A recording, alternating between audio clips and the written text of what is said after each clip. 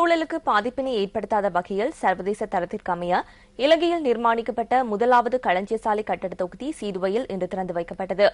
இலங்கையின் முக்கிய ஏற்றுமதி பொருட்கள் களஞ்சியசாலை கட்டட தொகுதியான குளோபல் பார்க்கில் இந்த களஞ்சியசாலைகள் திறந்து வைக்கப்பட்டுள்ளன.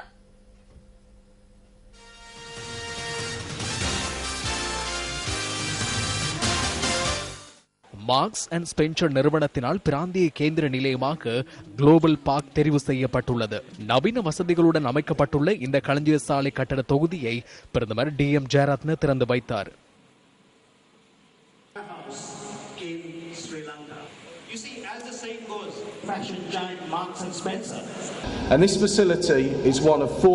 இந்த களஞ்சியசாலை எமது 4வது சர்வதேச கேந்திர நிலையமாகும்.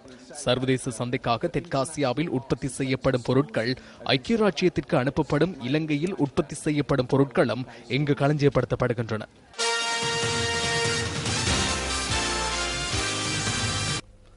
விழிப்புணர்வூட்டும் நடவடிக்கைகளை எந்த அளவு மேற்கொண்டாலும் சட்ட நடவடிக்கைகள் முன்னெடுக்கப்பட்டாலும் வாகன விபத்துகளில் குறைவே காண முடியவில்லை. சிலாபம் திமட்டபிட்டிய பகுதியில் கார் ஒன்றில் மோதி சிறுவன் ஒருவன் உயிரிழந்துள்ளான்.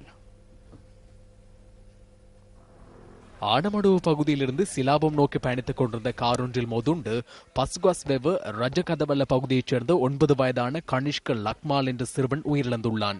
இந்த சிறுவன் சிலாபம் குருக்குளிய மத்திய மகாவித்தியாலயத்தில் கல்வி பயின்று வந்துள்ளார். வர்த்தக நிலையம் ஒன்றிற்கு சென்று வீதியை கடக்க முற்படும் போது குறித்த சிறுவன் விபத்துக்குள்ளாகி உள்ளதாக பிரதேசவாசிகள் தெரிவிக்கின்றனர்.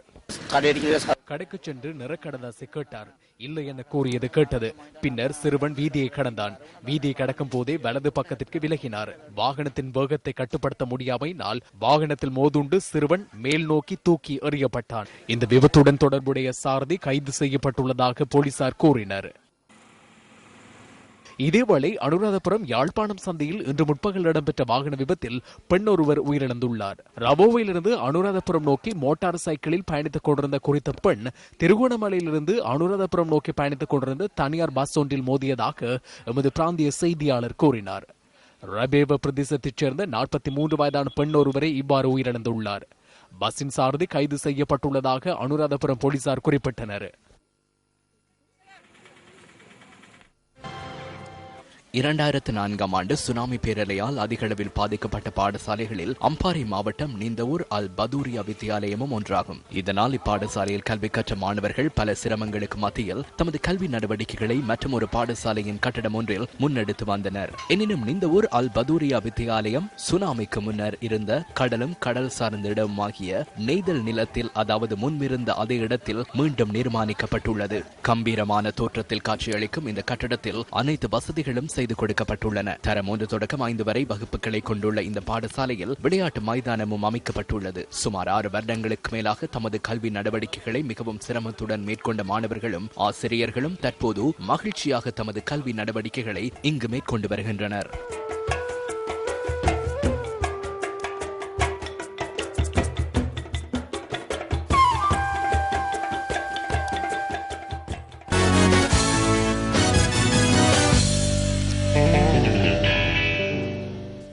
சிபிக்கிண்ண முக்குண ஒருநாள் கிரிக்கெட் தொடரில் இலங்கைக்கு எதிரான இன்றைய போட்டியில் ஆஸ்திரேலியா 5 ஓட்டங்களால் வெற்றி பெற்றது. போட்டியில் ஆஸ்திரேலியா நிர்ணயித்த 232 ஓட்டங்களை நோக்கி பதிலளித்த இலங்கை அணி 49.5 ஓவர்களில் 226 ஓட்டங்களுக்கு சகல விக்கெட்டுகளையும் இழந்தது. பெர்த்தில் நடைபெற்ற இந்த போட்டியில் முதலில் துடுப்படுத்தாட அழைக்கப்பட்ட ஆஸ்திரேலியா அணியின் முதல் விக்கெட் 22 ஓட்டங்களுக்கு வீழ்த்தப்பட்டது. மேத்யூ வேட் 1 ஓட்டத்துடன் ஆட்டமிழந்தார். ரிக்கி பாண்டிங் 1 ஓட்டத்துடனும் டேவிட் வார்னர் 34 ஓட்டங்களுடனும் ஆட்டமிழக்க ஆஸ்திரேலியா தடுமாற்றத்திற்கு உள்ளானது. சிறப்பாக துடுப்படுத்தாடிய அணித்தலைவர் மைக்கேல் கிளார்க் 57 ஓட்டங்களை பெற்று அணியை சவாலான நிலைக்கு கொண்டு வந்தார். ஆஸ்திரேலியா ஒரு கட்டத்தில் 192 ஓட்டங்களுக்கு 8 விக்கெட்டுகளை இழந்திருந்தது. எனினும் பின்வரிசை வீரர்களான மேக்கை 25 ஓட்டங்களையும் ஸ்ட்ராக் 14 ஓட்டங்களையும் பெற்றுக் கொள்ள ஆஸ்திரேலியா 49 ஓவர்கள் ஒரு பந்து வீச்சில் 231 ஓட்டங்களை பெற்றது. லசித் மாலிங்க, நுவான் குலசேகர, ஏஞ்சலா மேத்யூஸ், தம்மிக பிரசாத், சஜித்ர சேனநாயக் ஆகியோர் தலா 2 விக்கெட்டுகளை வீழ்த்தினர். 232 ஓட்டங்களை நோக்கி பதிலளித்தாடி இலங்கை அணி 11 ஓட்டங்களுக்கு முதல் விக்கெட்டை இழந்தது. உப்புல் தரங்க 5 ஓட்டங்களுடன் ஆட்டமிழந்தார். திலகரட்ன லில்ஷா 40 ஓட்டங்களையும் தினேஷ் சந்திமால் 37 ஓட்டங்களையும் பெற்றனர்.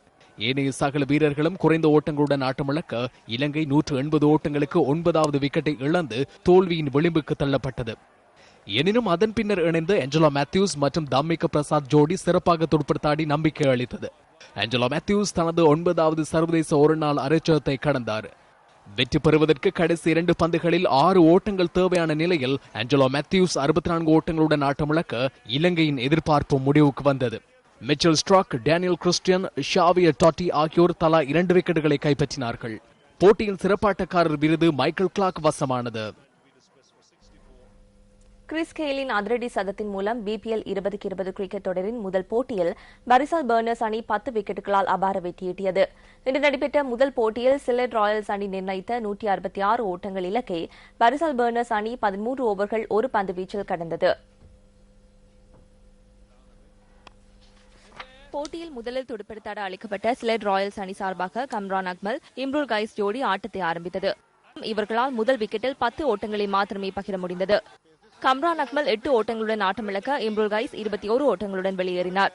பிபிஎல் போட்டிகளில் முதல் அரைச்சதத்தை பூர்த்தி செய்த சிலெட் ராயல் அணி தலைவர் பீட்டர் டேகோ 62 ஓட்டங்களையும் ஆலோக் கபாலி 56 ஓட்டங்களையும் பெற்றனர்.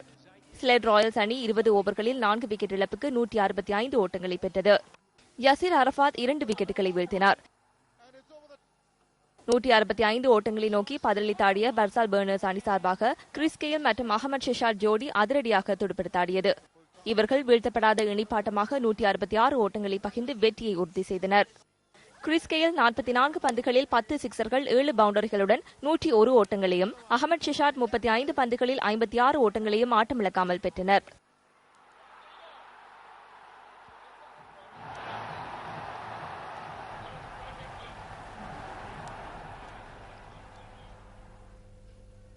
இதேவேளை பிபிஎல் 2020 கிரிக்கெட் தொடரில் இன்று நடைபெறும் 2வது போட்டியில் சிட்டகாங் கிங்ஸ் மற்றும் டொராண்டோ ராஜ்ஷானி அணிகள் பல பரீட்சை நடத்துகின்றன. போட்டியில் முதலில் துடுப்படுத்தாடிய சிட்டகாங் கிங்ஸ் அணி 20 ஓவர்களில் 4 விக்கெட் இழப்புக்கு 206 ஓட்டங்களை பெற்றது. இந்த போட்டி தொடர்பான நேரடி காட்சிகளோடு தற்போது இணைந்து கொள்வோம்.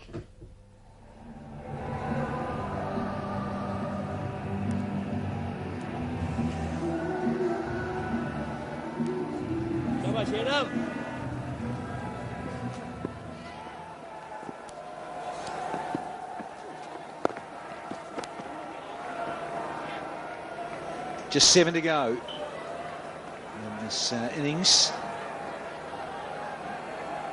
for Rajshahi, and it's almost up to 15s in just a couple of deliveries. Boom! Yes, have it? No, not all of it. Gone! Yeah, comfortable catch. Thought he got hold of it a lot better, the skipper. And he gets us.